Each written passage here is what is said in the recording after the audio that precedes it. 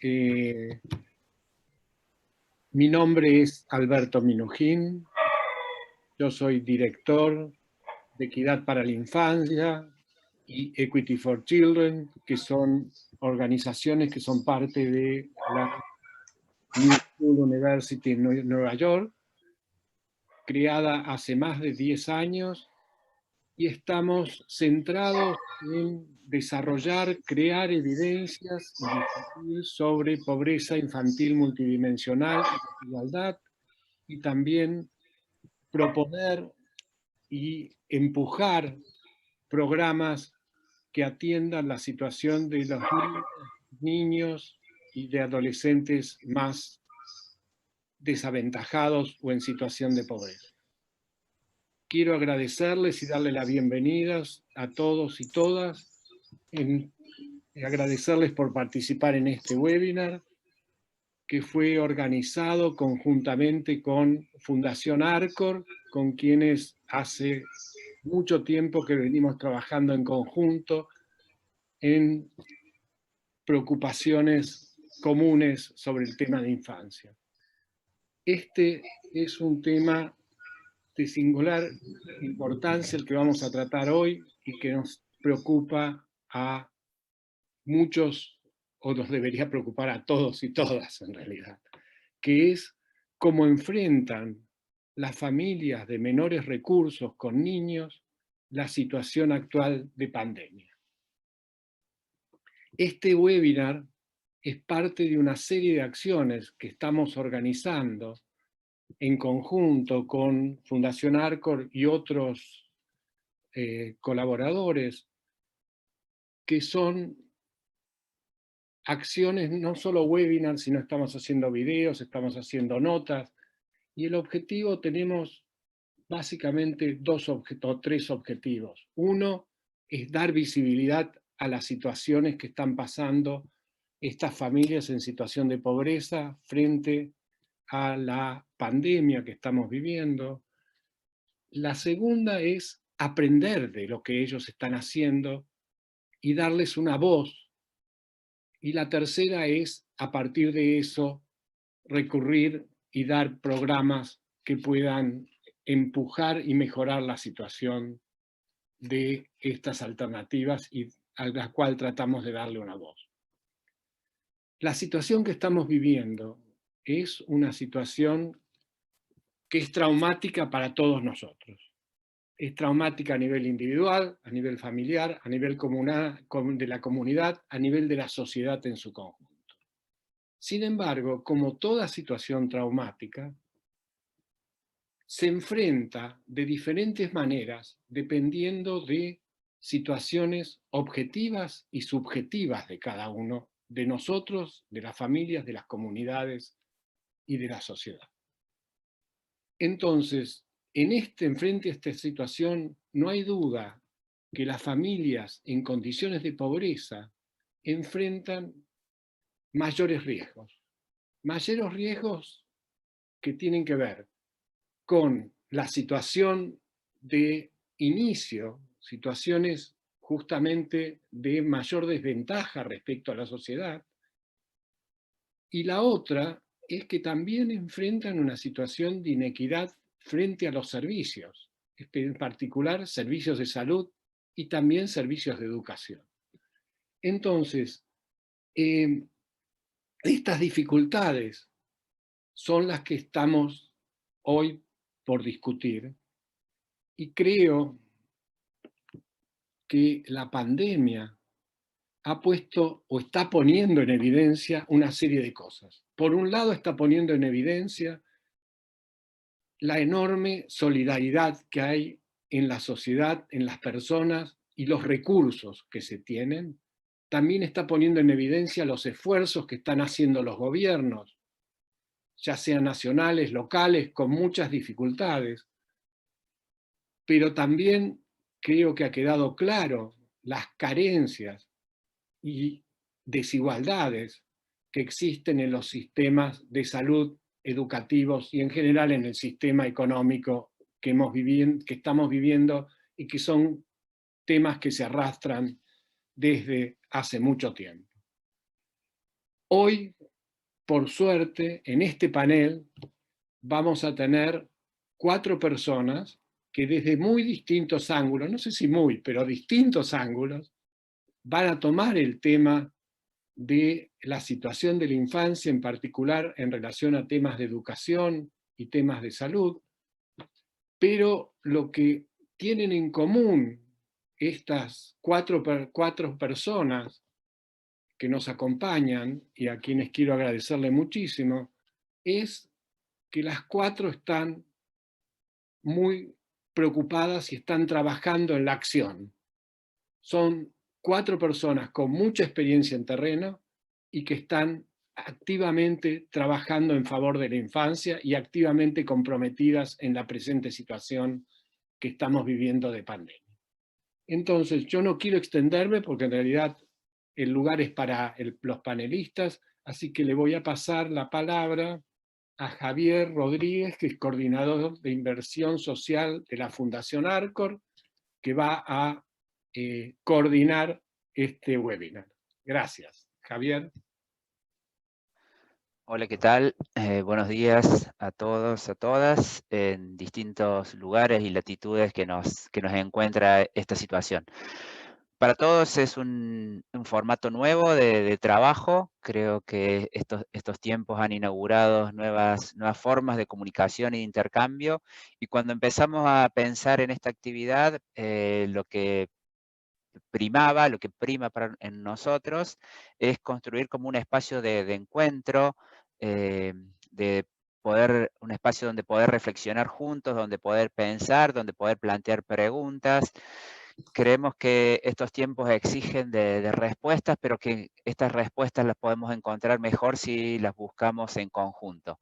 Entonces, con Alberto, Roxana, Gabriel, el equipo de Equidad, el equipo de Fundación Arcor, estamos, bueno, muy expectantes de esta actividad.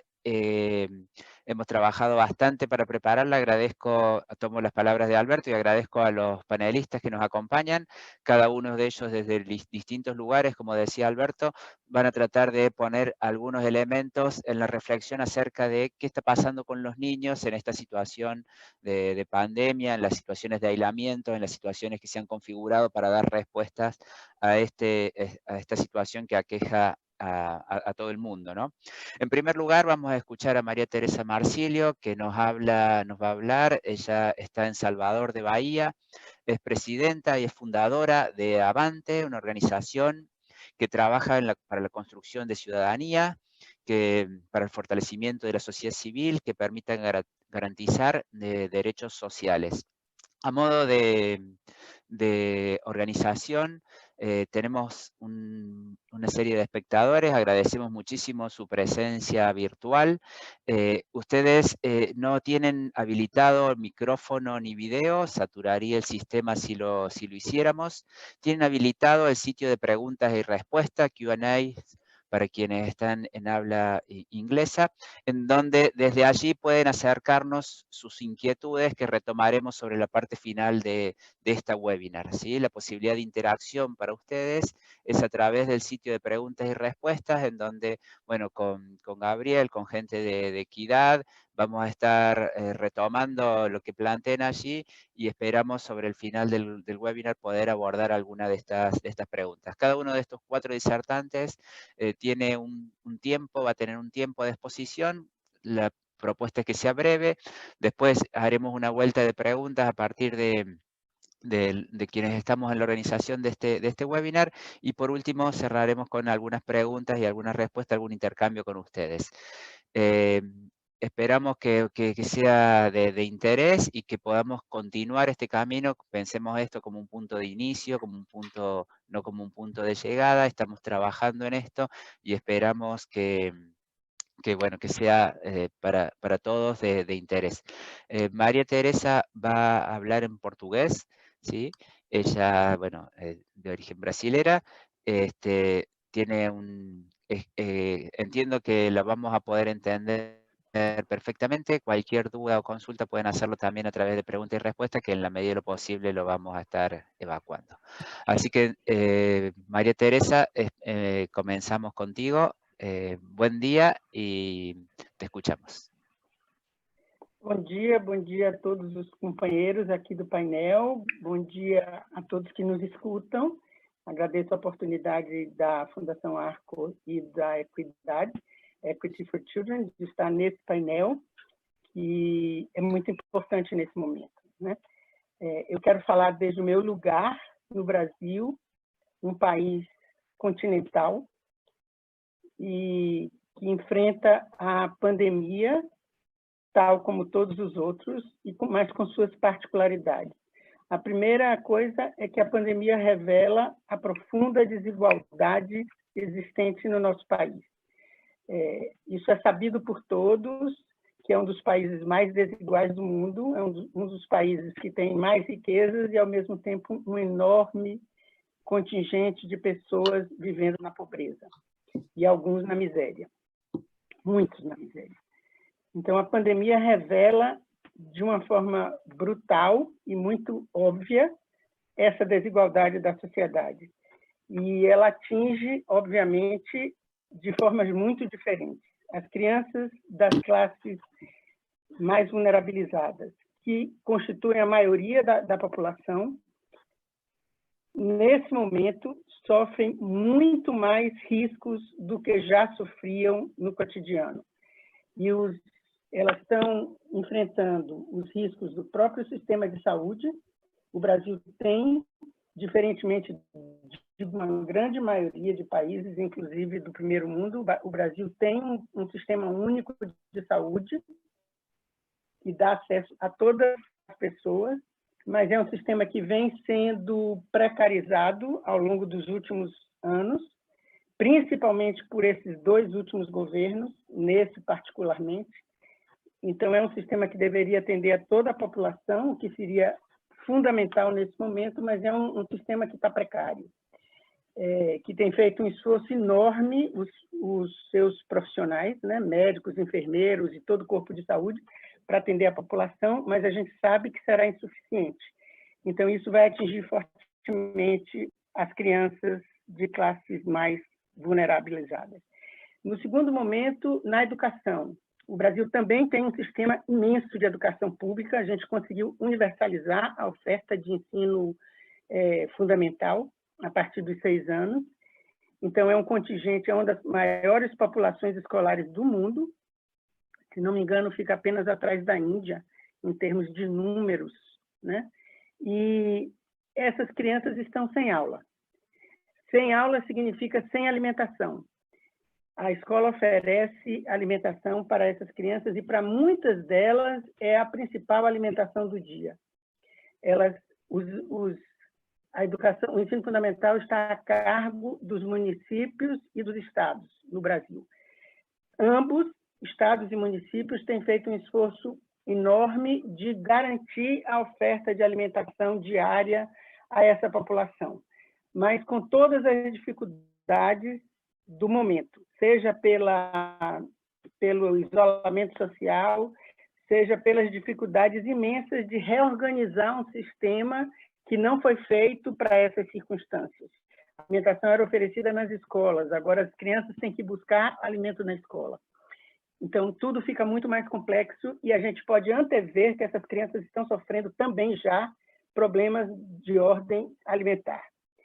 Do ponto de vista da educação, o que se vê é um aumento estúpido da desigualdade, porque em que pese também um enorme esforço do sistema educacional dos estados e municípios de garantir o vínculo entre as crianças e a escola, a questão de continuar, de alguma forma, as aulas virtuais.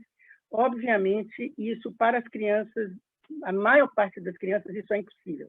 Seja pela falta de acesso à internet, seja pela falta de equipamento, seja pelo estilo das moradias completamente lotadas, com pouca privacidade, com poucas condições dos adultos apoiarem, porque ou eles não são alfabetizados, ou eles são alfabetizados, mas estão buscando se manter, porque são os desempregados, são os informais, são as pessoas que já são vulnerabilizadas normalmente, que estão mais agudamente.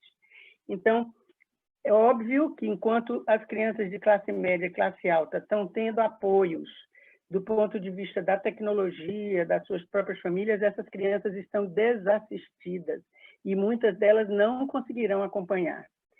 É uma novidade para os sistemas educacionais essa transformação. Nós não fomos formados para isso, eu falo como professora, né, de ensino fundamental, para transformar o nosso vínculo e a nossa tarefa numa atividade virtual.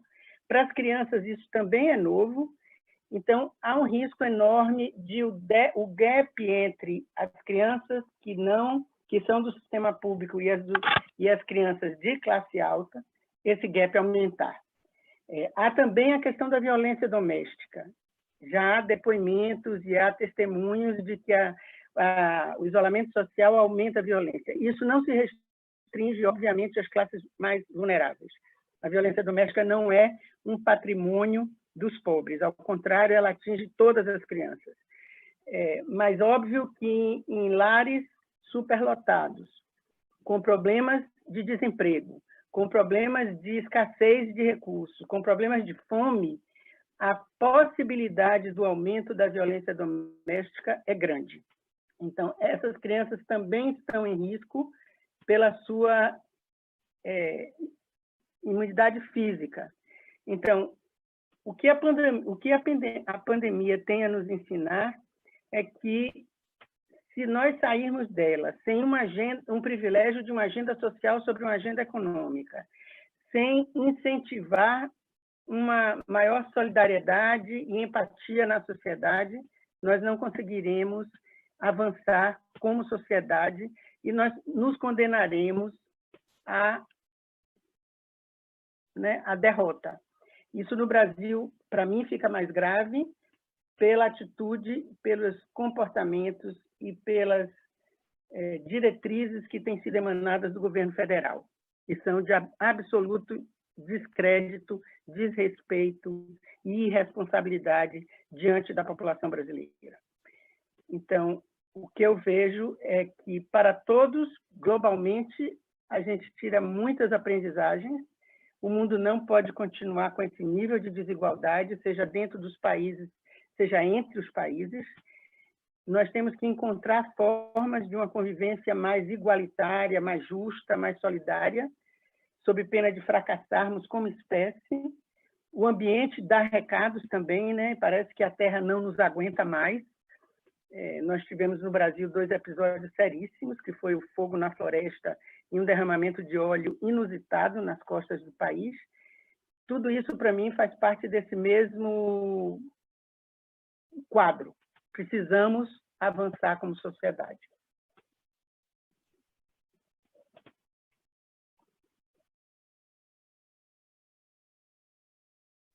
Bueno, muchas gracias, María Teresa. Interesante, bueno, algunas cuestiones que planteas que nos gustaría retomar con posterioridad, ¿no? Sobre todo cómo me preguntaba, digamos, ante este cuadro de situación que estabas planteando, cómo estaban trabajando ustedes y cómo creías vos que estaba siendo la respuesta del Estado para abordar alguna de estas problemáticas que diagnosticabas.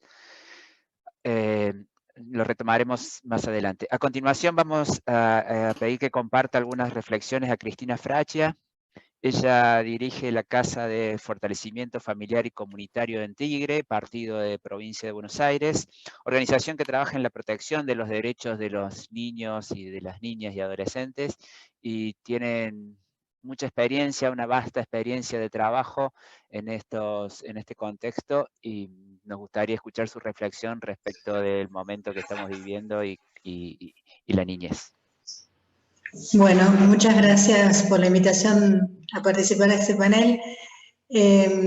Indudablemente coincido plenamente con todo lo que dijo María Teresa. Me parece que las situaciones se reproducen según los estándares de los países de manera similar. Siempre los más golpeados son los más vulnerables, y dentro de los más vulnerables, cuando se hacen políticas de respaldo y apoyo a esos sectores, siempre están los desafiliados de todos, los que están más en los márgenes, que ni siquiera llegan a acceder a esas políticas focalizadas que se están tratando de generar así rápidamente en nuestros países. Y yo quería poner el foco en una situación quizás pequeña, que no tiene como una representación poblacional muy impactante, pero que desnuda problemáticas que veníamos arrastrando, como en todos los casos, y que vale la pena mirar con detenimiento para que esta sea una oportunidad de aprender.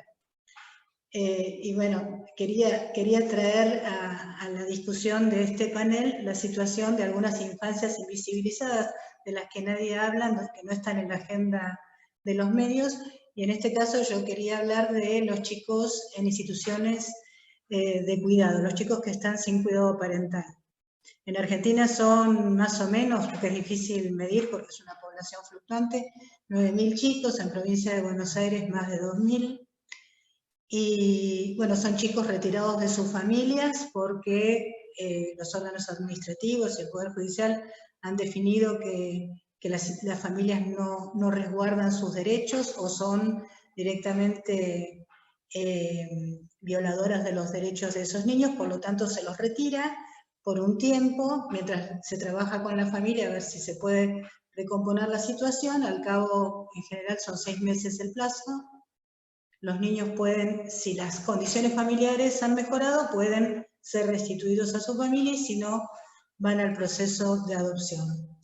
Este mecanismo este recurso de intervención del Estado sobre la vida de los niños está muy problematizado en nuestro país, está cuestionado, sigue siendo como el único recurso que los estados desarrollan para la atención de chicos con derechos vulnerados graves.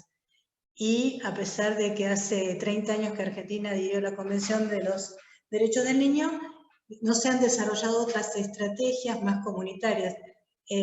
María Teresa recién decía cómo la estrechez económica y el hacinamiento habitacional provocan aumento de las violencias. Es indudable que hay factores contextuales que hacen que las familias tengan actitudes de no resguardo de los derechos de sus hijos. Sin embargo, esos factores contextuales nunca han sido atacados de la manera que deberían haber sido, y sigue siendo la internación de los niños el recurso. Bueno, en este momento de pandemia, sí es difícil para las familias llevar adelante este aislamiento. Para los hogares convivenciales es casi una catástrofe. Sus personales se han visto reducidos por el licenciamiento, por enfermedades, por resguardos, porque son personas de riesgo. Entonces tienen que enfrentar el cuidado de entre 10 y 15 niños, los 24 horas de los 7 días de la semana, sin tener actividades externas. Es una situación muy dura. Ante la baja del personal, se ha recurrido a llamar a suplentes que no tienen la capacitación o la experiencia adecuada. Algunos niños han sido derivados y han sido ubicados con voluntarios que ya tenían relación previa o con cuidadores mismos que se los han llevado a su casa. El Gobierno Nacional y la Provincia de Buenos Aires han recomendado acelerar los procesos de reintegración de los niños a sus familias de orígenes. Entonces, algunos han sido devueltos a su familia en trámites express, y otros han ido a vivir a otros que estaban como en proceso de adopción, pero todavía no estaba definido, estaban recién como reconectándose con futuros adoptantes. Han ido a vivir con estas familias que se supone que en algún momento llegarán a adoptarlos. Y otros, que yo creo que es la situación más trágica, los hogares han cerrado directamente y todos los chicos han sido trasladados y repartidos a otros hogares, con lo cual, bueno, todos estos traslados, la pregunta es si se han hecho con la debida supervisión, si obviamente los chicos no deben haber estado tan preparados o no ha ido un proceso para trabajar con ellos, para adecuarse a las nuevas situaciones de vida que les toca vivir. Y habrá que ver si en cuanto se habrá podido tener en cuenta su opinión o sus ideas acerca del destino que les está tocando. Chicos que ya vienen de rupturas muy fuertes, ahora por esta situación el sistema se quiebra y se ven enfrentados a estas dificultades. Los hogares que han seguido, por supuesto, como decíamos, las dificultades, hay un solo dispositivo electrónico para recibir las tareas que las escuelas mandan, bueno, chicos de diferentes niveles. La situación es muy complicada. Me parece que es una oportunidad para pensarlo. Yo he estado hablando este último tiempo mucho con diferentes operadores que trabajan en instituciones o en servicios locales. Pareciera que la idea es, en este momento, no innovar, seguir apuntalando lo que hay. Es difícil innovar en situaciones como estas, pero creo yo que si el aislamiento o la cuarentena esta se prolonga, vamos a tener que aceptar el desafío de pensar estas situaciones de otra manera y bueno, imaginar escenarios diferentes para este tipo de chicos. Ese era el aporte que quería hacer, traer la problemática de ellos a esta discusión. Bueno, muchas gracias, Cristina. Interesante, digamos, pensar cómo garantizar los derechos de estos chicos institucionalizados, sobre todo el derecho a la educación y el conjunto de derechos que están fuertemente amenazados en general y particularmente ante este contexto. En tercer lugar, vamos a escuchar a Alberto Robaina. Él es jefe del Fondo de Becas para Escuelas Católicas de New York. Nos va a compartir algunas reflexiones a partir de su práctica desde esta ciudad que hoy está como de las más castigadas, ¿no? en relación a esta pandemia y a la forma en que se está trabajando para dar respuesta a ella. Así que, bueno, Alberto, mucho gusto. Adelante, te escuchamos. Gracias, Javier. Y gracias a Equity for Children y la Fundación ARCO por organizar este webinar y a Alberto Minujín por invitarme. Saludos a los panelistas y todos los participantes virtual. Me gustaría empezar por hablar sobre lo que hace mi organización en general y después explicar los desafíos que enfrentamos por la crisis de COVID-19. Como dijo Javier, yo soy el jefe de personal y el abogado de Inner City Scholarship Fund, que es una caridad establecida en Nueva York, en la ciudad de Nueva York. Nuestra misión es ayudar a familias pobres en Nueva York que quieren mandar a sus niños a colegios católicos. Entonces, ¿cuáles son ese tipo de familia que ayudamos? Históricamente, los colegios católicos aquí han servido a familias de inmigrantes. Hace 100 años, esas familias eran irlandeses e italianos. Hoy, 70% de los estudiantes son latinos. La mayoría vienen de hogares de padres solteros. Y la mayoría, las familias ganan menos del nivel de pobreza federal. Anualmente damos $12 millones en becas a 11,000 estudiantes en 66 colegios. Todo el dinero que recaudado por Inner City viene del sector privado. Son individuos, corporaciones, fundaciones, y no recibimos fondos del gobierno. Entonces, estas familias podrían mandar a los niños a colegios públicos donde no hay costo, pero vienen a nosotros y nos piden ayuda porque saben que en los colegios católicos aquí en Nueva York los estudiantes sacan mejor puntaje en los exámenes estándar y básicamente también son más seguros que los colegios públicos. Entonces, la desigualdad de recursos para nuestros estudiantes no es algo nuevo, pero el efecto económico de la crisis ha sido inmediato. La gran mayoría de las familias tienen empleo en industrias de servicio, que fueron los primeros que cerraron. Son los restaurantes, los hoteles. Para explicar un poco, las becas que nosotros damos no cubren todo el matrículo. Las familias tienen que pagar una porción. Y en marzo encontramos que 20% de las familias que nunca habían estado atrasados en los pagos no pagaron la matrícula de ese mes. Entonces ahí nos dimos cuenta que el efecto fue inmediato y estamos anticipando que en abril y mayo el porcentaje de familias que no han podido pagar va a aumentar. Y entonces lo que hemos hecho es, hemos creado una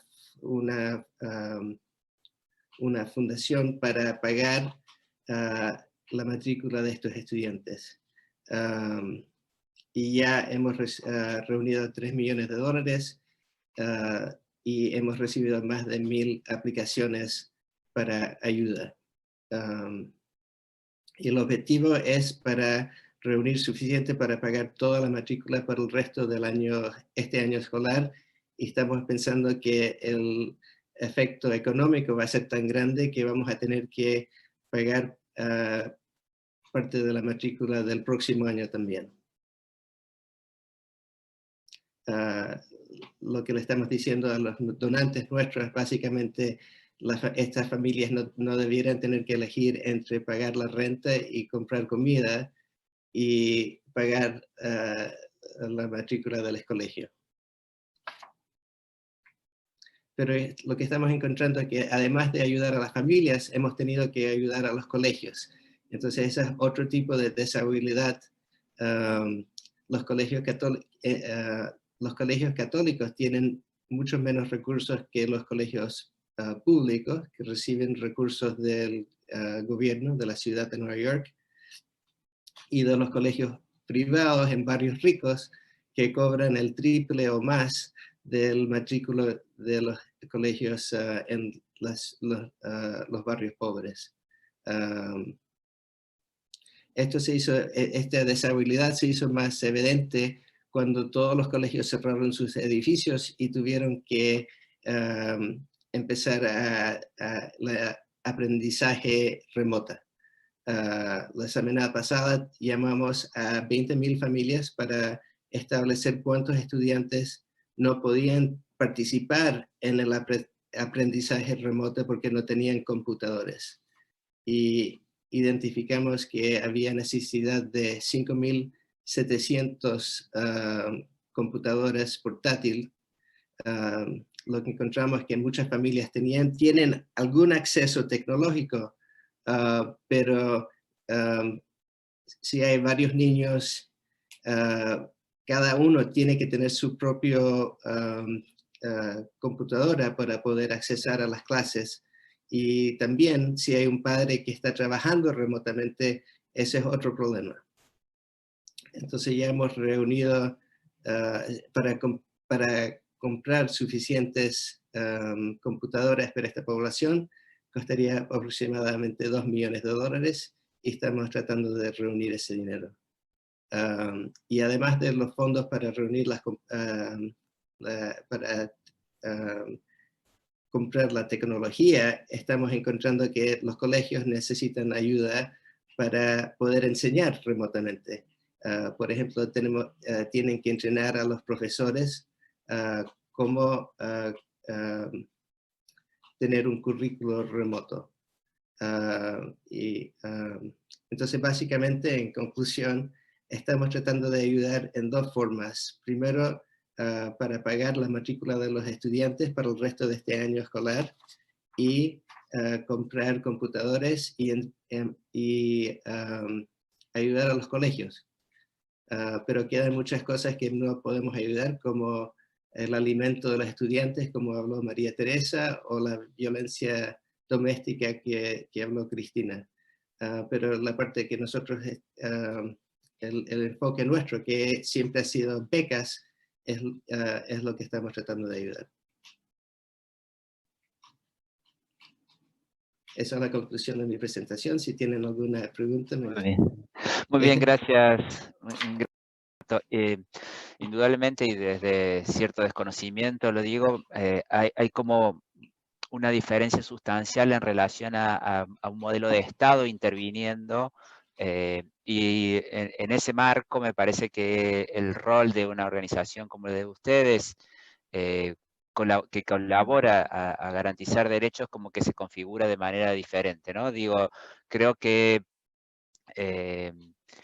podríamos completar un poco para tener claro el panorama, quizás puedes retomarlo después, en relación a cómo interviene el Estado de nuevo, digamos, y cómo se articula el trabajo de ustedes en relación a eso. Digo, están dando respuesta a situaciones para tratar de resolver, para aportar al cumplimiento del derecho a la educación de estos chicos, desde un lugar complementario de un rol de un Estado que probablemente intervenga de una manera bastante diferente a la que está interviniendo en nuestro país, en Argentina o en otros países de Latinoamérica. Creo que todo lo que venimos trabajando, lo que estamos planteando, el rol de las organizaciones, tanto de Avante, tanto del CAF o como el Fondo de Becas de ustedes, complementa el trabajo de la institución estatal que se va configurando distinto en los distintos países, ¿no?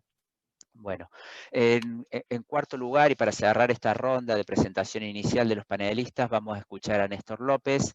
Él es coordinador de investigación y desarrollo del Instituto de Investigación y Planeamiento Educativo del UNESCO. Desde allí coordina todo el desarrollo del Sistema de Información de Tendencias Educativas de América Latina, el CITEAL,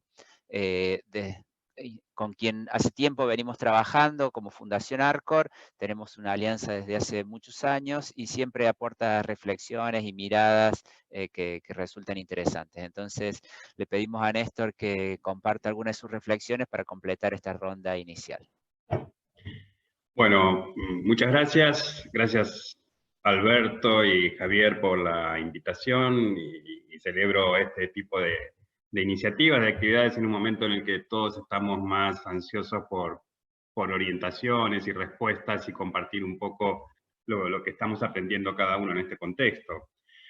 Como decía Javier, yo coordino el CITEAL, que es un observatorio de las tendencias educativas, y en este momento estamos haciendo un seguimiento día a día, diría, de lo que los estados, los 19 estados de América Latina están haciendo, en particular los ministerios de educación, para tratar de garantizar la continuidad de las prácticas educativas en estos contextos de aislamiento en esta pandemia que nos sorprendió y que realmente es todavía muy reciente, ¿no? Hace 2 meses que esta agenda entró en América Latina, pensamos que estamos en mitad de abril, y esto comienza a ponerse como un tema central las últimas semanas de febrero, primeros días de marzo en América Latina, que es cuando empiezan a aparecer los primeros casos. Y Cristina terminaba su presentación diciendo, entre los colegas estamos consensuando la idea de no innovar, no son tiempos para innovar, y sin embargo los sistemas educativos se vieron tremendamente compelidos a tener que innovar en un contexto que obviamente lo más sensato sería precisamente no tener que empezar a experimentar cosas nuevas cuando estamos en un momento tan difícil. Lo que nosotros vemos es, en este seguimiento de lo que están haciendo los ministerios de educación, es una dinámica muy fuerte en cuál es la agenda que semana a semana está en el centro de la acción, digamos. Los primeros días, cuando empieza a instalarse la preocupación por el contagio del COVID, las primeras medidas no eran, como fue después, cerrar las escuelas, sino crear en las escuelas, en aquellos países donde estaban en pleno ciclo lectivo, crear en las escuelas protocolos que tenían que ver con la prevención, con el cuidado, en fin, empezaba con una agenda muy liviana que tenía que ver básicamente con el tema de la prevención y el cuidado. Pero inmediatamente empiezan en casi todos los países y en forma casi simultánea las definiciones que tienen que ver con el cierre de las escuelas. Uno podría decir que creo que todos los países de América Latina en la última semana de marzo ya habían tomado la definición de cerrar las escuelas y empezar a generar algún tipo de estrategias de intervención que se pudiera hacer con los estudiantes y los docentes desde sus hogares. Entonces ahí la agenda cambia tremendamente y lo primero que aparece es la necesidad de generar mecanismos de continuidad de la actividad a través de básicamente el Internet. El primer soporte que se utiliza es Internet. Muchos de los ministerios ya tenían algún tipo de portal o de mecanismos puestos en sus páginas de los ministerios o en otras alternativas donde había algunos materiales. Hubo una fuerte refuncionalización de esos recursos, Pero luego, obviamente, lo que aparece, que planteaba muy bien Alberto Robaina recién, era este tema de quiénes tienen computadoras y quiénes no. Cómo, si centramos la agenda de las prácticas educativas a través de Internet, estamos dejando un sector importante de la sociedad fuera. Y es ahí cuando empieza la producción de materiales, no solo a través de Internet, sino pensando en recursos como la televisión, la radio o la distribución de materiales impresos. Eso fue como la primera reacción, que tiene que ver con el cómo hacemos para sostener las prácticas, pero luego inmediatamente después aparece una segunda agenda de discusión, que es ¿y qué es lo que vamos a hacer en este tiempo? O sea, ¿tiene sentido seguir dando el currículum que hubiéramos dado si estábamos en las escuelas? ¿Debiéramos hacer una adecuación curricular? ¿Debiéramos directamente poner el currículum en pausa y aprovechar este momento para otro tipo de actividades que tengan que ver precisamente con lo que implica la pandemia, el tema de la solidaridad, el tema de la pertenencia, el tema de la ciudadanía, todos elementos que están en este momento muy en juego? Esas discusiones se están dando. Hay posicionamientos muy variados en ese sentido. O sea, hay en general una tendencia a mantener el currículum lo más fuertemente posible, pero sí la gradual incorporación de otro tipo de actividades, sobre todo a medida que pasan las semanas, donde uno podría decir que se puede llegar a estar percibiendo ciertos ajustes en función de las reacciones que se están teniendo, tanto de parte de la docencia como de la parte del estudiantado. Luego empieza a aparecer otra cuestión que tiene que ver con ir más allá de los contenidos curriculares y empezar a pensar en la relación con los estudiantes en términos de difusión de actividades culturales e incluso el promover la actividad física dentro del hogar, de la vivienda, digamos. O sea, empiezan a aparecer acciones orientadas en ese sentido. Ahí aparecía, creo que María Teresa había hecho referencia a, en el fondo, lo central es cómo mantener el vínculo entre el docente y el estudiante, y creo que es eso lo que en última instancia es lo que más se está trabajando. Cómo generar un vínculo, cómo mantener al estudiante vinculado al sistema educativo, cómo hacer que no se pierda, que no quede solo. El otro elemento paralelo a este, y que fue mencionado en las tres presentaciones anteriores a la mía, es el tema de aquellos recursos a los que los estudiantes acceden cuando van a la escuela, como por ejemplo el tema de la alimentación. Cómo seguir garantizando la alimentación a los estudiantes cuando ellos están en sus casas. Esa es una preocupación fundamental que apareció desde el inicio. ¿Cuál estrategia utilizar? Cada país está utilizando estrategias diferentes, pero sí fue, sin dudas, uno de los puntos principales que preocupó cuando se pensó hablar del cierre de escuelas. Y paralelamente a eso, varios países fortalecieron sus mecanismos de transferencia de ingresos condicionados o generaron nuevos mecanismos de transferencia de ingresos para garantizar la base de bienestar en los hogares. Uno podría decir que las transformaciones que han ido tomando la agenda en estas pocas semanas, y hoy ya empieza a discutirse cómo va a ser la transición hacia la escuela, cómo va a ser el tema de la acreditación de todos estos saberes que se fueron dando en estos tiempos. Vamos a finalizar el año haciendo una evaluación similar a cualquier otro año. O sea, esos son los puntos que empiezan a discutirse, que sería un poco empezar a entender cómo va a ser la segunda mitad de este año. Básicamente yo quisiera cerrar con 2 o 3 primeras conclusiones de lo que uno encuentra en este escenario tan cambiante y en tan poco tiempo. En principio me parece que hay que poder diferenciar lo que es el tema de coyuntura de lo que son los aspectos estructurales. En términos coyunturales lo que uno ve es un gran trabajo y un altísimo compromiso, como lo destacaba Alberto Minujín en la apertura, en el cual todos los actores de la comunidad educativa están realmente poniendo lo máximo para poder sobrellevar esta situación. Sin embargo, con lo que se encuentran esos actores es con las debilidades estructurales del sistema educativo. O sea, creo que esta crisis pone muy en evidencia la debilidad de nuestros sistemas educativos en múltiples aspectos. En primer lugar, hay una gran debilidad en términos materiales, en términos de recursos. Uno podría empezar a pensar desde el punto de vista un elemento central en este momento, que es la conectividad y la disponibilidad de máquinas por parte del estudiantado. Es un tema del que se viene hablando, es tema de la agenda educativa hace ya más de una década, y sin embargo nos encuentra con grandes carencias y con grandes debilidades en ese punto. Hay debilidades de índoles pedagógicos. No se sabe bien cómo es esto de educar a distancia. No está plenamente desarrollado esto, y acá se puso totalmente en evidencia las dificultades que hay para poder resolver esto de una manera con ciertas certezas, podríamos decir, ¿no? En tercer lugar, hay una gran debilidad en términos de recursos humanos. No hay una formación adecuada ni de los directivos ni de los docentes como para poder encarar un escenario como este con seguridad, con profesionalismo. Hay muchísima improvisación, están los docentes desesperados por acceder a recursos, o sea, pone en evidencia eso. Y también podemos hablar de una gran debilidad institucional. La soledad de los docentes en sus casas en relación a sus equipos de escuela, con sus equipos directivos, y la soledad de los directivos y de las escuelas respecto a los ministerios es un elemento que uno siempre encuentra en estas situaciones. Un tremendo riesgo de la profundización de las desigualdades, esa es la gran alerta que uno ve presente en la agenda de los distintos países y que es la que prioriza de alguna manera las acciones, el riesgo de dejar un sector afuera por problemas de conectividad, como nos decía precisamente Alberto, la no disponibilidad de computadoras o de internet, y por otro lado, por las condiciones en que estos estudiantes van a abordar estas prácticas escolares en sus casas.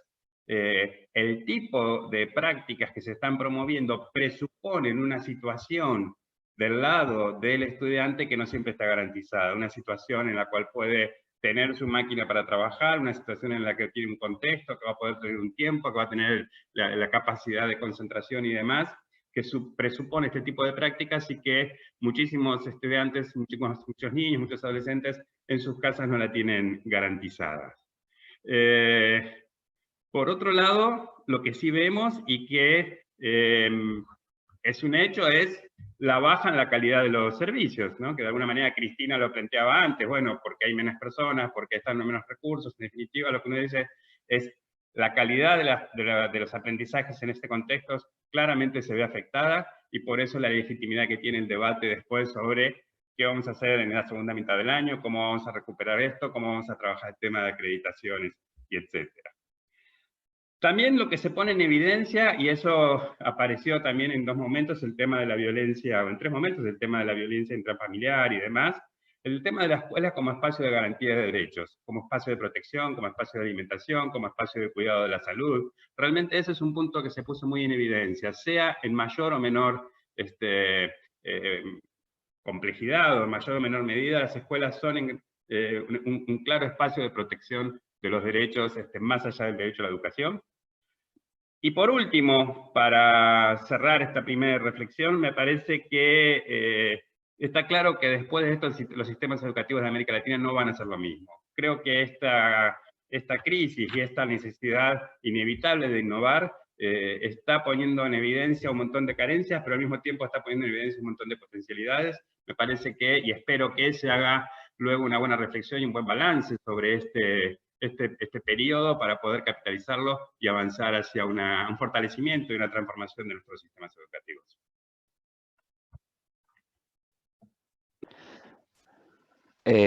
Bueno, muchas gracias, Néstor. Hay varias puntas que emergen de tu exposición y de esta mirada general que tiene desde el IPE la posibilidad de ver qué están haciendo los distintos estados en relación a esto. Dejaste planteada una serie de interrogantes, me gustaría repreguntarte sobre qué respuestas tienen ustedes algunos de esos interrogantes, pero bueno, en todo caso volveremos dentro de unos momentos. Le voy a pedir a Alberto Minujín, ¿sí?, que inaugure esta segunda parte con alguna pregunta, alguna reflexión y alguna pregunta a los panelistas. Estamos recibiendo muchas inquietudes y preguntas de parte de los asistentes. Les reitero que pueden hacerlo a través del sitio donde está preguntas y respuestas. No todas vamos a poder abordar. Seguramente no todas vamos a poder abordar, pero sí estamos tomando nota de ellas y trataremos de quizás hacer algún agregado de preguntas para responder no una por una, sino un conjunto de preguntas que van en una misma dirección. Así que, Alberto, te dejo la palabra. Bueno, muchísimas gracias y muchísimas gracias a los panelistas porque realmente la expectativa que teníamos, que era cubrir un espectro importante, pero siempre desde la mirada de acción, creo que se ha ido cumpliendo y cada uno de ustedes ha puesto sobre la mesa cosas que son realmente importantes y sustantivas para estos momentos. Así que los iremos tomando a lo largo. Yo quería decir algo y hacerle una pregunta a María Teresa, pero quiero mencionar previamente dos cosas. En nuestro sitio de Equity for Children, Equidad para la Infancia, hemos puesto un artículo sobre este tema que fue la base de este webinar, y también tenemos un primer video testimonio de una mujer con 6 hijos en uno de los barrios, una de las villas de Buenos Aires. De ahí viene mi primera reflexión ligado al tema que Néstor está planteando, un tema sustantivo, que está en la base de esto, que son las desigualdades profundas que nos están, que vivimos en Latinoamérica y en el mundo, porque en Nueva York también los está mostrando lo que dijo Alberto Robaina, y que se están en peligro de profundizar. En este video, una de las cosas que nos llamó la atención que nos dice la señora, que además de tener 6 hijos, no tiene la capacidad, algunos de los hijos están aprendiendo cosas que ella no sabe, que ella no aprendió nunca en su vida, y que tiene que tratar de ayudarlos en cosas que ella está aprendiendo al mismo tiempo que sus hijas. Entonces, estos son temas importantes. Yo quería también reflexionar sobre lo que dijo Cristina, que en realidad ella dijo, bueno, es un segmento pequeño, pero yo diría, como pasa en estas cosas, las violaciones más fuertes de los derechos de la infancia y en general de los derechos a veces es a un grupo pequeño, pero es como la punta del iceberg. Muestra el extremo de la desigualdad, muestra aquellos que se están cayendo más que los otros y que los sistemas los vuelve a poner afuera. Y yo creo que realmente estamos frente a una situación en la cual corremos serio riesgo de que las desigualdades que existen se profundicen por muchos de los temas que se ha tocado a lo largo de esto. Yo quería preguntarle a María Teresa si ella habló de la desigualdad como uno de los temas importantes que están pasando en Brasil, y quería que nos comente sobre qué acciones están tomando, cómo ve ella las cosas desde el lugar donde ella está trabajando. Bom, Alberto, o Brasil, acho que ele, nesse momento, é um lugar único, pelo tamanho, pela dimensão que isso tudo pode tomar e pela profunda irresponsabilidade do governo federal com o tema. Não há, no âmbito do governo federal, embora o Ministério da Saúde tenha tomado as providências acertadas, elas vêm sendo desmoralizadas e desfeitas pelo presidente a todo momento. Estamos, inclusive, na iminência de ter uma troca de ministro, o que será profundamente grave, além de toda a gravidade da situação. O Ministério da Educação é absolutamente alienado da história. Ele não conduz, ele não reflete, ele não orienta. Todas as atitudes têm sido tomadas no nível dos estados e dos municípios, que, em última instância, são os responsáveis pela oferta mesmo. Mas são sempre entes mais empobrecidos do que o país, do que a União. As recomendações variam de estado a estado, mas há uma linha geral no fechamento das escolas, na ideia de fazer aulas virtuais, e todos eles encontram, a meu ver, esse profundo abismo entre as possibilidades das famílias e das crianças e o que está sendo feito. Acho que a questão dos professores, a solidão e o isolamento dos professores e dos gestores é dramático. É como se os professores estão sendo convidados a preparar aulas que eles nunca foram formados para isso e que não deve ser o cotidiano, porque a escola se realiza no contato, na relação. O virtual será sempre um extra, será sempre uma outra coisa, não pode ser a realidade concreta do dia a dia das escolas, mas esses professores que não tiveram formação para isso estão sendo chamados a fazer isso nas mesmas circunstâncias que nós todos estamos, isolados, com problemas familiares, com dificuldades de acesso a milhares de recursos e muitos deles empobrecidos também, porque nem sempre têm os salários que merecem. Então, é uma situação dramática do ponto de vista dos que estão fazendo e dos que estão recebendo. E, a meu ver, com muito pouca possibilidade de dar um bom resultado. Ao contrário, eu continuo avaliando que vai haver uma profunda desigualdade maior do que já existe para esse público. E a terceira coisa é o currículo. Como que a gente vai... A proposta é trazer o mesmo conteúdo que vinha sendo feito. Isso é impossível. Como que a escola... É uma chance única que nós, professores, educadores, temos de transformar a escola em algo mais relevante na vida das pessoas. E fazer um currículo vivo, que dialogue com essa realidade, que se pergunte de onde veio essa epidemia, por que veio, como está acontecendo, como está sendo lidada no mundo, tem precedentes, o que ela nos indica. Quer dizer, é uma chance de você transformar a realidade de fato no currículo, em vez de fazer o currículo e ignorar essa realidade.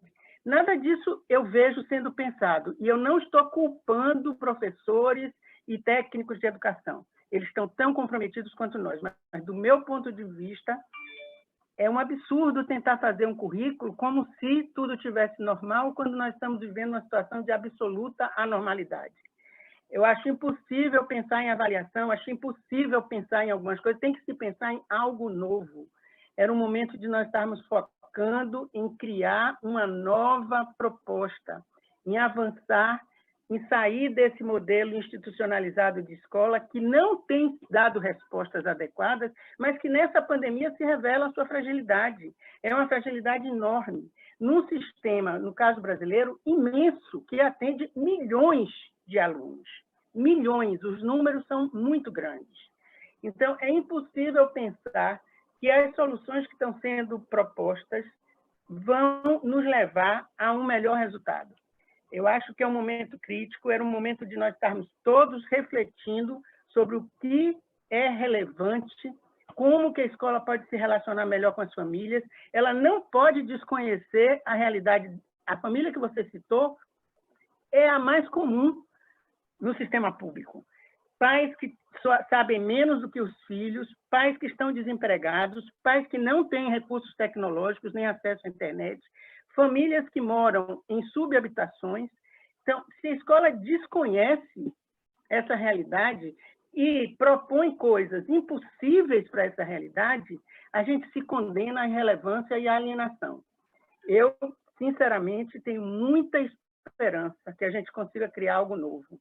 E algo novo significa parar e escutar um pouco o que está acontecendo antes de tentar atropeladamente resolver um problema que nenhum de nós estava pronto para ele. Eu acho que o problema nos dá a chance de repensar, mas de repensar mesmo, não de fazer a mesma coisa de outro jeito.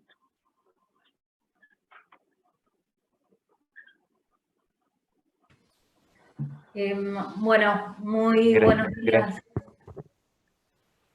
a todos. Si les parece, yo quería realizar una pregunta en particular para Cristina y el planteo que realizó Cristina, donde en el día de hoy nosotros hemos visto diferentes aristas de un problema común que no pega por igual a todos los sectores de la población, ¿no? Y donde acá pudimos ver diferentes facetas múltiples de este aspecto, y Cristina nos ilustró un tema muy central que tiene que ver con los chicos sin cuidados parentales, y donde todos los que trabajamos los temas de infancias y adolescencia sabemos bien que en toda América Latina hubo un cambio vinculado a la nueva Ley de Protección y Promoción de los Derechos del Niño, donde efectivamente para implementar estos sistemas de protección especial de la niñez, muchas veces quedaron muy atrás y con una mirada sumamente punitivista y judicial aún hoy, y donde eso se refleja hoy en el marco de la pandemia y en el caso concreto de los chicos sin cuidados parentales, que en Argentina lo que tienen es como amparo la ley Reña, que realiza una reparación sobre aquellos chicos que no tienen cuidados por parte de los papás. Y por ahí la pregunta es, ¿qué hay de histórico y qué hay de nuevo en lo que está sucediendo? Y sobre la población o la situación de los chicos y el traslado que se ha hecho como más de emergencia en el marco de la pandemia, para también indagar algunas pistas de qué es lo que está pasando y un poco los actores adentro, porque el Estado, pese a que lo pensamos por ahí uniforme, no es uniforme en su accionar, sino que una cosa es el Poder Judicial y cómo ha reaccionado el Poder Judicial en el marco de la pandemia, cuando no tendría que ser un actor tan protagónico en la garantía de derechos de la niñez, pero de algún modo, para el caso de estos chicos, tenés todavía un anclaje muy punitivista. Entonces, algunas reflexiones que vos puedas dar en relación a esto. ¿Qué hay de nuevo? ¿Qué hay de histórico en la invisibilización de este sector? Bueno, me parece que es una vieja historia de nuestros países, por lo menos de Argentina, esta lucha por tener criterios diferentes para mirar las situaciones de los chicos en situaciones particularmente difíciles. Me parece que si yo te dijera las nuevas normativas y la adhesión de Argentina a la Convención de los Derechos del Niño, ha provocado grandes cambios discursivos, pero pocos cambios en la práctica. Y me parece que esto que pasa hoy en día evidencia que, digamos, quizás el objetivo fundamental que había sido crear un sistema de protección integral de los chicos, eso falló, eso no pudo ser, y se siguieron replicando viejas técnicas. Quizás los avances más significativos en este terreno fue que la voz de los chicos empezó a ser escuchada en los últimos años y ya tienen, digamos, se escucha su opinión sobre las situaciones que les toca pasar. Pero indudablemente estamos lejísimos de armar un sistema, de haber podido armar un sistema con servicios, con circuitos establecidos, que aborde la situación de los chicos en dificultad de manera integral. Y me parece que lo único que hace la pandemia y la cuarentena y el aislamiento es poner en evidencia esa fragilidad que este pretendido sistema sigue reproduciendo intervenciones pretéritas que ya tendrían que haber sido superadas hace mucho tiempo. Y vos, Néstor, decís, es el momento de innovar ahora. Estuvimos 30 años tratando de crear e imaginar escenarios diferentes, y bueno, ahora habría que sacarlos de la galera y habría que convencer y cambiar cabezas. Es muy angustiante para los operadores que trabajan en estos, es muy frustrante, es muy angustiante, están cargados de angustia en estos momentos, pero se sigue sumando dolor a la vida de los chicos, es así. Así que nuevo hay poco, eso, en síntesis. Bueno, gracias, Cristina. Creo que vuelve a plantearse algo que Néstor señaló como esta dinámica entre la coyuntura y aspectos más estructurales, ¿no? Yo creo como que esta pandemia lo que hace es catalizar algunas cuestiones, ¿no? Pone sobre la mesa, expone de manera muy contundente situaciones que ya estaban presentes, pero que estaban de alguna manera vedadas o escondidas. Retomaremos esto. Quería preguntarle a Alberto que nos explique un poco quizás su referencia hace referencia a una realidad bastante distinta a la nuestra, ya sea Argentina, Brasil, Chile, nuestras latitudes, como lo consignó María Teresa al inicio, está cruzada con un patrón común que tiene que ver con la desigualdad, con profundas desigualdades, y tenemos incorporadas un modo de funcionamiento de los estados, quizás muy diferente de lo que puede ser Estados Unidos de Norteamérica y la ciudad de Nueva York. Entonces quería preguntarle, en principio, ¿cómo está organizado el sistema educativo? ¿Qué rol juegan las escuelas que forman parte de ustedes? ¿Y qué tipo de relación, de vinculación, de coordinación tienen ustedes con los distintos actores del Estado y los encargados de la gestión general del sistema educativo? Nosotros, mi organización trabaja hay un departamento de educación católico en Nueva York que, y esta situación está demostrando algunos de los problemas. Por ejemplo, tenemos en este sistema católico hay colegios primarios y secundarios, pero entre esas dos categorías hay varios tipos de colegios. Las parroquias tienen sus propios colegios, hay colegios privados, los secundarios que, aunque están bajo el Departamento de Educación, son básicamente independientes. Y entonces hay otro tipo de grupo que se llaman regionalized schools, donde el Departamento de Educación tiene tiene más control. Entonces ahora en esta emergencia, como hay tantos diferentes colegios y no está todo centralizado, porque algunos son independientes, algunos la parroquia tiene control, otros no, hace la situación más difícil. Y de los directores del Departamento de Educación me lo explicó que ellos se sienten como si están volando un avión al mismo tiempo que están construyendo el avión. Entonces, como Néstor dijo, esto fue una sorpresa para todo el mundo. Yo creo que públicos, por ejemplo, donde hay un departamento que controla todos los colegios, están más preparados para lidiar con un problema así. Entonces lo que estamos discutiendo entre nosotros es aprendiendo cosas que vamos a tener que cambiar después de esto. Tenemos que sobrevivir esta crisis, pero estamos pensando qué tenemos que cambiar para que no sea este un problema en el futuro. Pero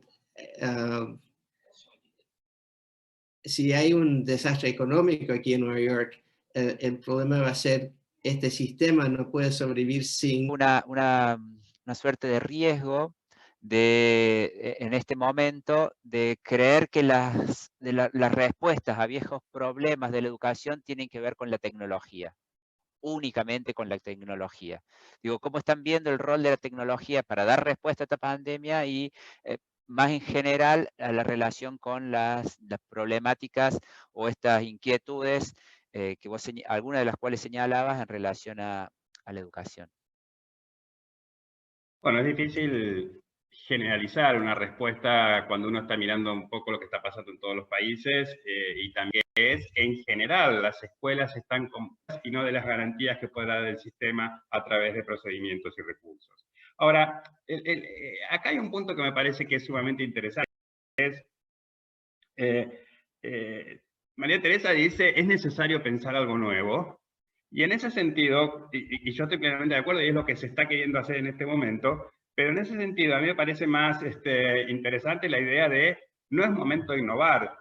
Esta realidad nos tendría que haber encontrado habiendo pensado eso que María Teresa dice que hay que pensar. Ya tendríamos que haber podido pensar este tipo de situaciones.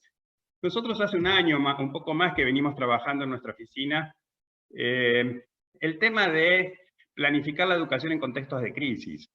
El modelo que habitualmente se aborda en estos tipos de análisis es la imagen de que el mundo es un mundo estable. La problemática que planteaste de violencia doméstica, ¿no? Si ustedes como organización están trabajando sobre el tema, cómo lo están haciendo y si reconocen alguna respuesta del Estado también para trabajar esa problemática.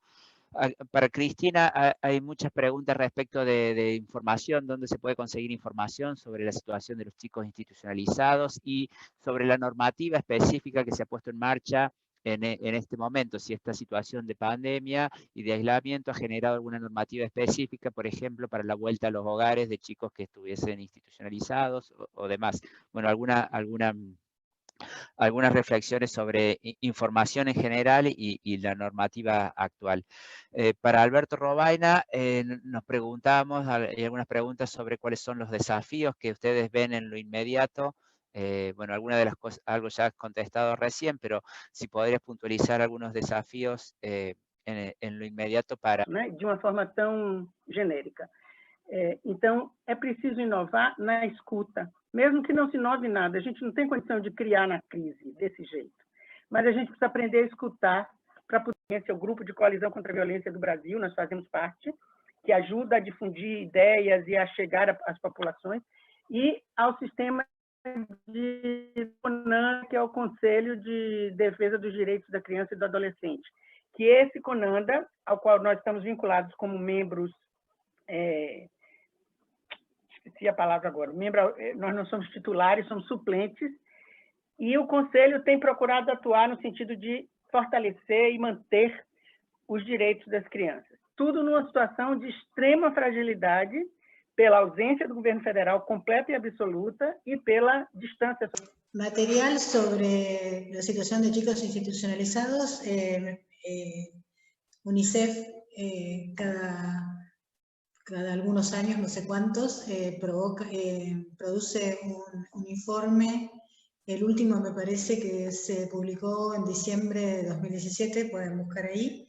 Y después hay una página muy interesante de una organización donde son retirados de la casa y todavía no se toma una medida definitiva sobre su situación. Los servicios de infancia pueden decidir sin órdenes judiciales del destino de los chicos. Entonces, las normativas que han bajado en este momento desde la Secretaría Nacional de Infancia son recomendaciones y hay un protocolo del Organismo Provincial de Niñez y Adolescencia en Provincia de Buenos Aires, donde con respecto a los movimientos de los chicos, lo único que señalan es esta recomendación de acelerar los tiempos de restitución de los chicos. Bueno, yo estoy trabajando en el proyecto de tratar de mejorar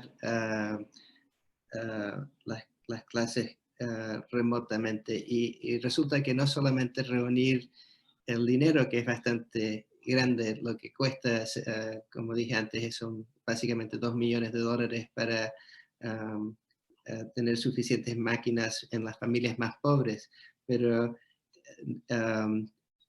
lo que estamos encontrando es si tuviéramos el dinero, hay pocas máquinas. Todos los distritos en los Estados Unidos están haciendo la misma cosa que estamos haciendo nosotros.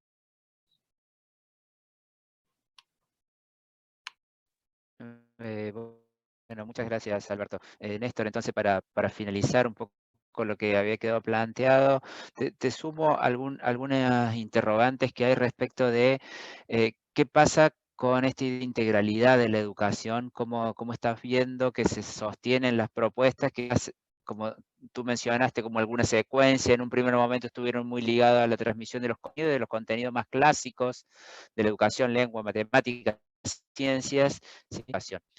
Completo un poco con algunas preguntas que tienen que ver con este plano.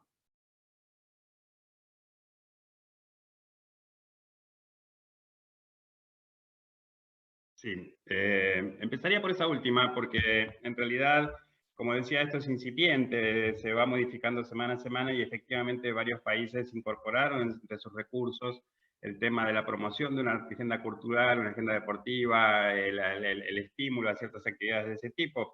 Pero en realidad, lo que en todo caso invito es, nosotros estamos haciendo un documento con algunas tablas donde país por país se va mostrando lo que están haciendo. Si ustedes googlean CITEAL, con ahí en la propia home de CITEAL hay una referencia a las respuestas al COVID, y ahí tenemos un documento que estamos actualizando semanalmente, donde aparecen todas estas experiencias que se están llevando adelante en todos los países. O sea, ahí por ahí, viendo ahí, va a poder verse el tipo de recursos que los países están poniendo a disposición, etcétera. Con el tema de la acreditación es un tema que recién ahora se está empezando a pensar. Yo podría decir que todavía prevalece la esperanza de que el año se pueda normalizar. Se está pensando más que nada en por ahí postergar el inicio de las vacaciones o adelantar y convertir esto en el periodo de vacaciones y que luego las clases empiecen normalmente. O sea, todavía está la esperanza de que se puedan tener 8 o 9 meses de clases, que tal vez pueda incluir extenderse un poco hacia comienzos del año que viene, en el hemisferio sur. En fin, yo creo que hay más esperanza en eso, en regularizar el año y poder tener un año más o menos parecido a lo que hubiera sido un año normal, pero se está empezando a instalar la preocupación de qué pasa si esto no ocurre, qué pasa si el año se extiende en estas características, entonces sí entraría en crisis la propuesta inicial y entonces aparece como pertinente la pregunta sobre la acreditación, etc. Pero hoy por hoy, más que respuestas, es una pregunta y todavía una apuesta a poder recuperar un año relativamente normal. Con respecto a nuevos desafíos, a mí me parece, como decía antes, que más que nuevos desafíos, lo que pone en evidencia la crisis esta es las debilidades del sistema educativo y en todo caso enfatiza o pone luz sobre algunos desafíos que ya son desafíos importantes de la política educativa.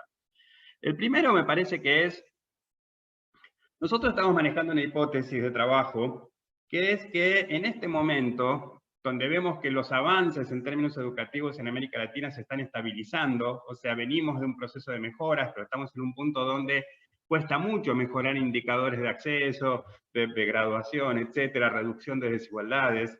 La impresión nuestra es que estamos llegando a lo máximo que los sistemas educativos pueden hacer operando solos, desarticuladamente con los otros sectores de la política pública.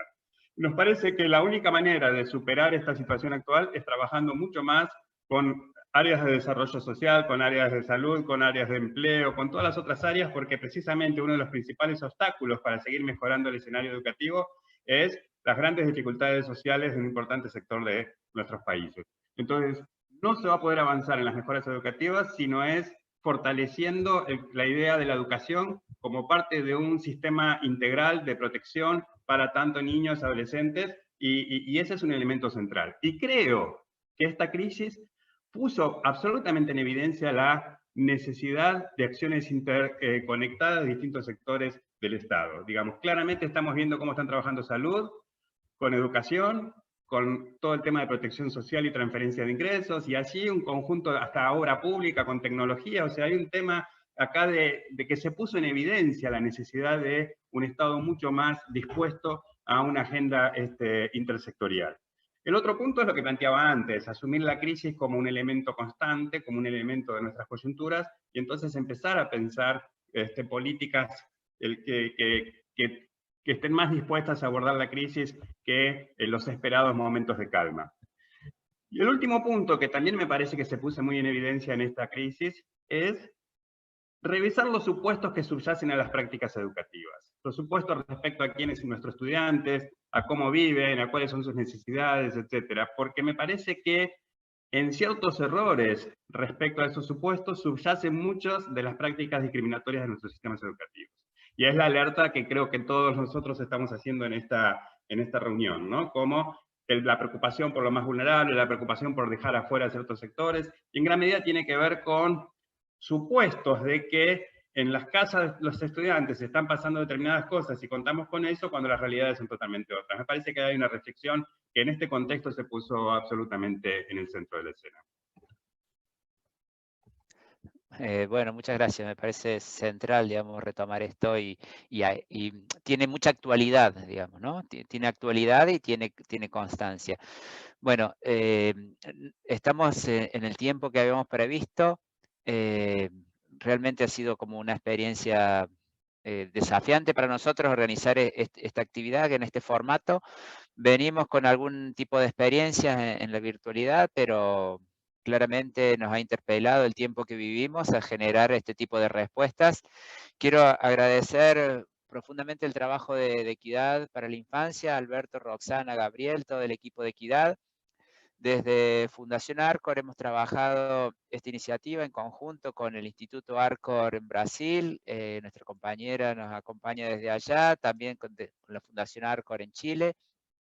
Hay preguntas sobre estos países que quizás no han sido claramente contestadas, pero que, bueno, invitamos a continuar en esta idea de preguntarnos, de hacernos interrogantes y sostener las preguntas. Quizás en un primer momento, como que tratamos de agotar rápidamente las preguntas y responder rápidamente ante esta situación de pandemia, y hubo como una primera respuesta de mucha producción de cosas, con mucha producción de recomendaciones de todo tipo para padres, para maestros, para alumnos, y hoy quizás podemos tomar un poco de distancia y poner algún tipo más de preguntas y ver de qué tipo de recomendaciones están siendo necesarias o qué tipo de respuesta está siendo más pertinente. La idea es seguir trabajando. Los invitamos a visitar la página de Equidad para la Infancia, la página de Fundación Arcor. Esta conversación va a quedar grabada en el canal de YouTube de Equidad para la Infancia y seguramente vamos a seguir trabajando, lo vamos a invitar a otras instancias. Entonces, Alberto, Roxana, si quieren cerrar la jornada de hoy, agradecidos para todos, muchas gracias y bueno, los dejo a ustedes. Bueno, Javier, muchas gracias. Yo quiero agradecer a todo el equipo que trabajó en esto, que armó esto, Gabriel, Roxana, Isaac, y quiero agradecer mucho a Fundación Arcor, a Javier y a todo el equipo también que trabajó desde allí, y sobre todo a los panelistas, y sobre todo, a todos los que nos han estado escuchando y enviando preguntas, que van a quedar algunas de ellas como preguntas, porque de muchas de ellas no tenemos la respuesta, además. Entonces, yo creo que este ha sido un panel sustantivo, como yo dije al comienzo, creo que se ha cumplido. Un temor muy fuerte es el aumento de la desigualdad, que es posible que esta situación la provoque, pero yo diría que ante momentos de incertidumbre, hay una fuerte tendencia a agarrarse del pasado, ¿sí? Pero la recomendación en realidad es parar, pensar, tomar el pasado como un pasado histórico que uno puede aprender, pero moverse hacia otras cosas, moverse hacia la innovación, y eso es lo que tendríamos que tratar de buscar, y ojalá así resulte. Yo con esto quiero despedir y agradecer nuevamente a todos por la participación. Gracias. Chao, gracias a todos. Chao, hasta Gracias, luego. cuídense. Gracias a Chao, chao, todos. chao. Chao.